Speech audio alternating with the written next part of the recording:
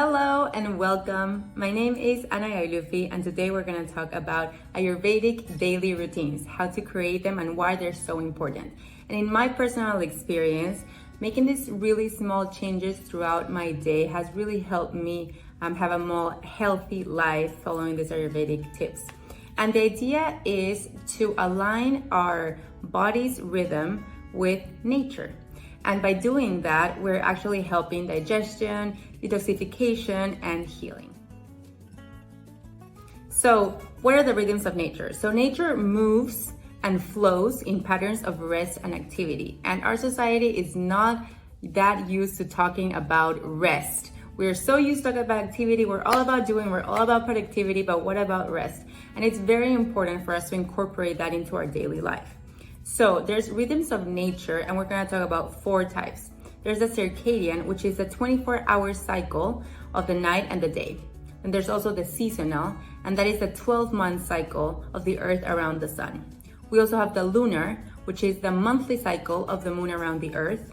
And we have the tidal, which is the gravitational influence of the moon and water.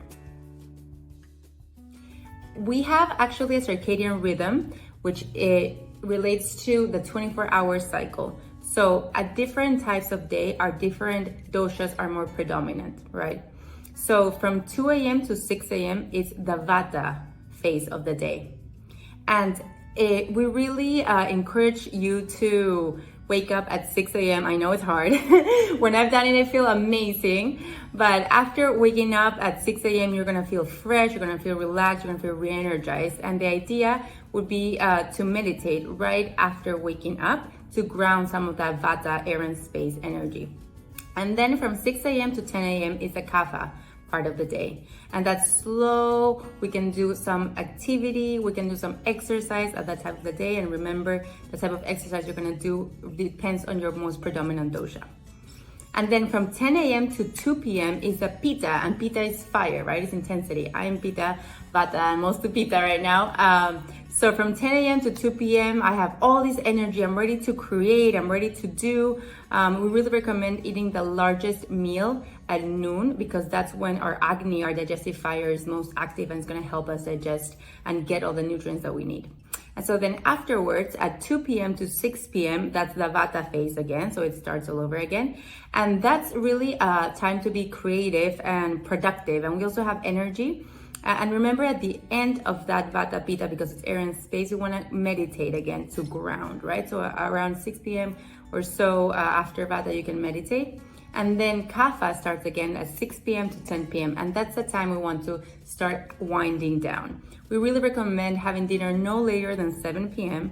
I know it's hard in other cultures. I'm Peruvian, and we used to have dinner at 9 or 10. But now that I'm in America, I am getting used to this idea of earlier dinner. And it really helps to have dinner no longer than 7 p.m. I feel much more refreshed the next day and actually wake up more hungry. So from 6 p.m. to 10 p.m., which is the kapha, we really want to down-regulate our body. We're already finished with work. We're already finished with production and creativity. So let's slow down. Let's do some relaxing activities, right? Getting ready for bedtime. So then pitta is the last of from 10 p.m. to 2 a.m. And it's really useful to be asleep by 10 p.m. to 2 a.m. because that's the moment when our body can detoxify. And if we are in deep sleep, that's when our digestive fire, our agni, is detoxifying while we sleep. Wake up approximately at 6 a.m. and then drink a glass of warm water. Emptying the bowels and the bladder in the morning is great. I know that it feels divine when we do that. It's really healthy. And then we can brush our teeth and do some clean tongue cleaning, right? And then we can do some oil pulling with coconut oil is what I use. We also recommend cleaning the nasal passage using a neti. And then in the morning, we also can do flexibility exercises or mindful movements. We also encourage you to meditate, again, grounding that energy to start your morning, to start your day in a grounding state. You can also practice pranayama. You can do an oil massage. You can self-massage with oils, again, to ground that so that you don't just start the day and like, go, go, go, go, go. You can eat breakfast with awareness. We always talk about mindful eating. And then you can perform, work or activity. And then the optimal afternoon routine, we really encourage you to eat the largest meal at 12 p.m. That's when our digestive fire, acne is most active, so it can help us digest our food. Then you can sit quietly for 5 minutes after eating. You can also go for a walk for 5 to 15 minutes, and that aids digestion. And you can perform the afternoon work activity, and you can also do a meditation or pranayama after work in the late afternoon to start down regulating your body before bedtime. And then the optimal evening routine would be to eat a light dinner at least 2 hours before bedtime, sit quietly for 5 minutes after eating. I know we're not used to this. We can enjoy light activity in the evening, and we should really try to minimize our intense mental work and electronic stimulation, and try to go to sleep by 10:30 p.m. So what is restful sleep? Restful sleep is super important for our health. And what we consider restful sleep is to aim for a 10:30 p.m. bedtime. And we can also practice calming pranayama and gentle yoga, because we are hypersensitized to electricity and light in this era. So it's really important for us to be intentional to downregulate our body before going to sleep. We also want to avoid caffeine late in the day. It could be good for us to read inspirational or spiritual literature before going to bed. Not something too heavy, but something that will just light us and transition us into this deep, restful sleep, right? We also recommend you journaling. So I like to journal about my gratitudes at the end of the day. That feels very grounding, and it gives me a positive mentality, right? So I wake up actually remembering what I was grateful for the day before, and it's a really beautiful practice. So now we're going to talk about the seasonal cycles, and the seasons actually affect the balance in our body, and our doshas shift according to the seasons. So there's 3 doshas, and we have paired the 3 doshas with each season in Earth. So the Vata season is late fall through winter, and the Kapha season is late winter through spring, and the Pitta season is, of course, hot summer through early fall.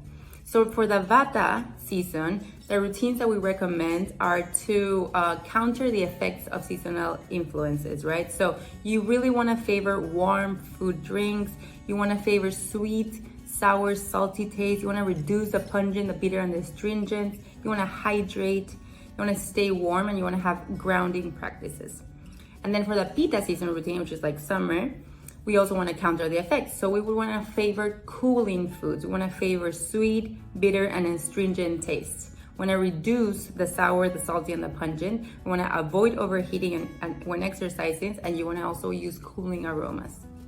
And then for the Kapha season, we want to favor a lighter diet, warm food and drinks, eat more pungent, bitter, and astringent taste, do some enlivening exercises, do a cleanse that's really recommended, and dress to stay warm. And now we're going to talk about mindful movement, which is exercise, right? So there's 3 essential components of a complete fitness program, and these include flexibility, strength, and cardio.